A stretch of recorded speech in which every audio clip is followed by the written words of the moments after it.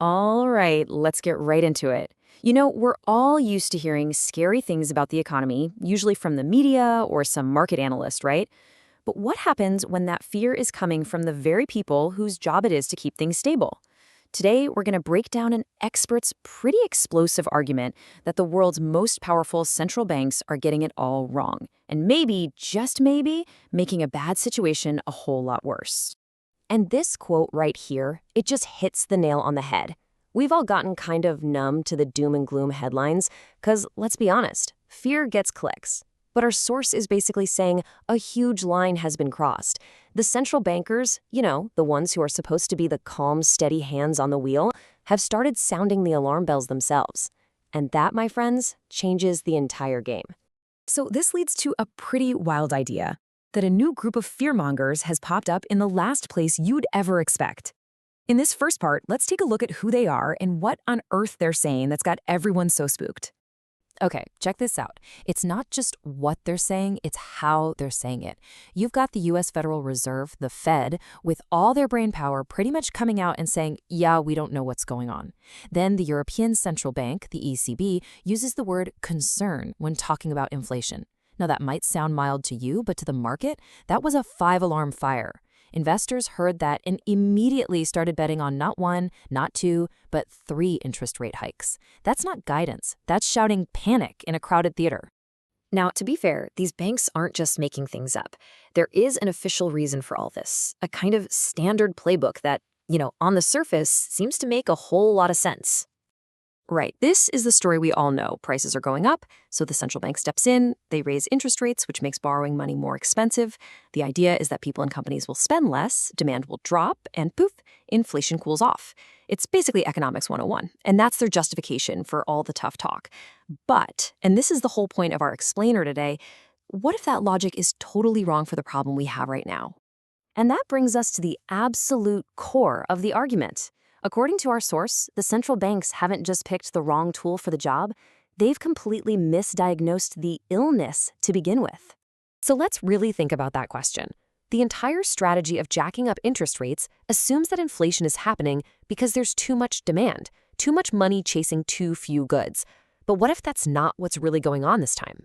The first big concept to wrap your head around is something called a supply shock. This isn't about you and me suddenly deciding we want to drive our cars twice as much. No. This is about something disrupting this supply of energy. Less of it is available on the world market. The end result looks the same, higher prices at the pump, but the cause is totally different. It's a supply problem, not a demand problem. And here's the second piece of the puzzle: inelastic demand. It sounds complicated, but it's actually super simple. It just means there are certain things we can't easily cut back on, even when the price skyrockets. You still have to get to work, right? You still have to heat your house in the winter. Your demand for gas and energy is, for the most part, inelastic. You can't just decide to stop using it. Okay, so let's put it all together and see where the logic falls apart. Step 1, a supply shock hits, energy prices go through the roof. Step 2, those higher prices are already acting like a massive tax on everybody. We all have less money to spend on other stuff, so the economy naturally starts to slow down.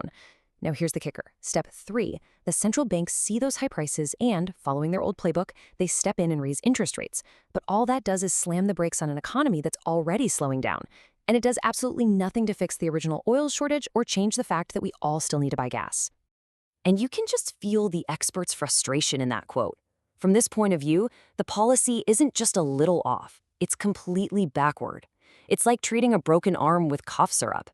You're trying to solve a supply problem by crushing demand. And in the process, you risk tanking the entire economy. And for what?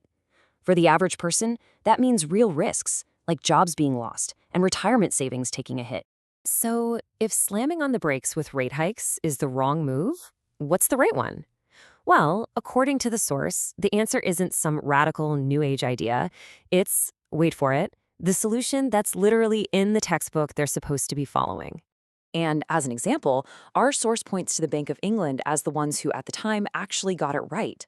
Just look at the difference. On one side, you have the Fed and ECB broadcasting fear and threatening to hike rates again and again. On the other, you have the Bank of England communicating with calm and reason. They said, hey, this inflation is probably temporary. And crucially, they focused on what's called core inflation, which takes out those wild swings in food and energy prices. It's a totally different strategy. So, what does the official manual say you should do in this situation? It's pretty straightforward. You don't freak out, you manage expectations. You say, yes, we see the price spike, but then you explain where it's coming from and why it's likely temporary. By focusing on that core inflation number, you send a signal to everyone that you're not going to overreact and crash the economy just because of a short-term energy problem. Look, this isn't just some theoretical debate for economists to argue about. The argument here is that the path the Fed and the ECB chose had real, immediate, and negative consequences. They didn't just fail to help, they actively made the markets fall even worse. This excess of fear, as our source calls it, is not just noise. We've got to remember, when central bankers talk, trillions of dollars move. And when their words are filled with doom and gloom, it sets off a predictable and really destructive chain reaction among investors. So here's how it plays out in the real world. A fund manager hears the central bank sounding worried. They get nervous about a downturn, so what do? They buy puts, which are basically just insurance bets that the market is going to drop. Then, the dealers who sell them those puts have to hedge their own risks, so they sell futures contracts. All of this action creates massive selling pressure, pushing the actual market down. It becomes a self-fulfilling prophecy where the fear of a crash started by the central banks themselves actually causes the crash. And that just leaves us with this one final, really unsettling question. What if the very people we trust to prevent a crisis are the ones pouring gasoline on the fire? It's a powerful and frankly pretty scary thought to end on.